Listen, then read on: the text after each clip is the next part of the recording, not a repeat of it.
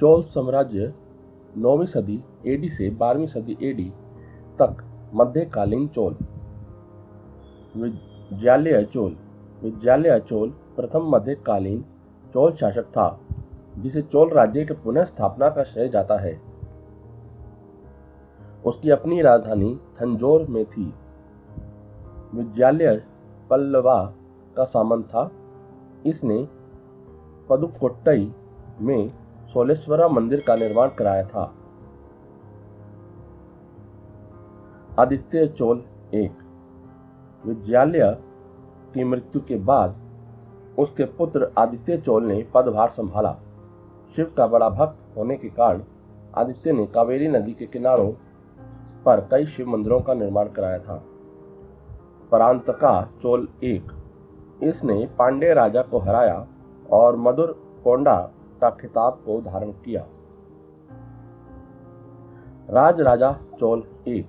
कुछ कम प्रसिद्ध राजाओं के बाद राजा चोल एक ने राजगद्दी संभाली।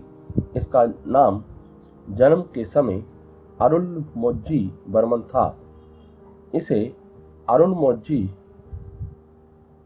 उदयर पेरिया उदयर के नाम से भी जाना जाता है। इसके समय चोल राज्य ने पूरा तमिलनाडु, कर्नाटक, उड़ीसा के भाग और आंध्र प्रदेश, पूर्ण केरल और श्रीलंका को जीत लिया था। राजा चोल एक ने तंजौर में राजराजेश्वर मंदिर का निर्माण कराया जो अब यूनेस्को की विश्व धरोहर है। यह मंदिर पेरुवडायर कोविल या बृहदीश्वर मंदिर के नाम से जाना जाता है। राजेंद्र चोल एक। राजा चोल एक के बाद 1014 एडी में इसका बेटा राजेंद्र चोल एक उत्तराधिकारी बना जिसने 1014 एडी तक शासन किया। वह राजा चोल एक से भी ज्यादा महत्वाकांक्षी था। इसके द्वारा किए गए मुख्य आक्रमण और विजय निम्न हैं।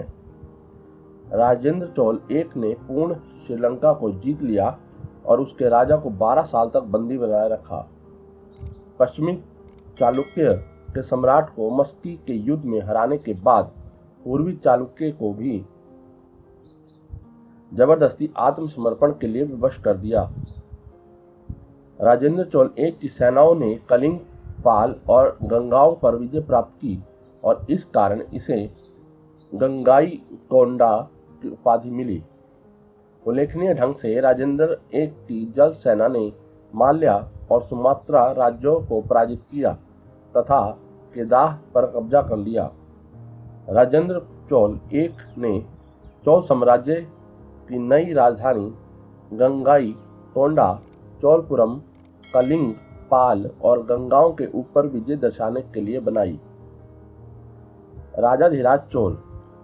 राजेंद्र चोल एक के बाद राजाधिराज ने राजगद्दी संभाली। वह मैसूर के निकट कोप्पम के युद्ध में मारा गया। राजेंद्र चोल द्वितीय कविता और नृत्य का महान संरक्षक। इसने अपना समर्थन संगीत, नृत्य, नाटिका राजराजेश्वर नाटकम को दिया। विरार राजेंद्र चोल एक प्रभावकारी शासक जिसका शासन 1063 से 1070 एडी तक था। वह राजेंद्र चोल का छोटा भाई था। वह एक महान योद्धा के साथ साथ कला का महान प्रशंसक था। इसके बाद अथी राजेंद्र चोल के द्वारा पदभार संभाला गया जो अपने राज्य की रक्षा करने में ज्यादा शक्तिशाली नहीं था। उसके शासन में राष्ट्र विद्रोह हुआ जिसमें वह मारा गया। इसकी मृत्यु के बाद मध्यकालीन चोल राजवंश समाप्त हो गया।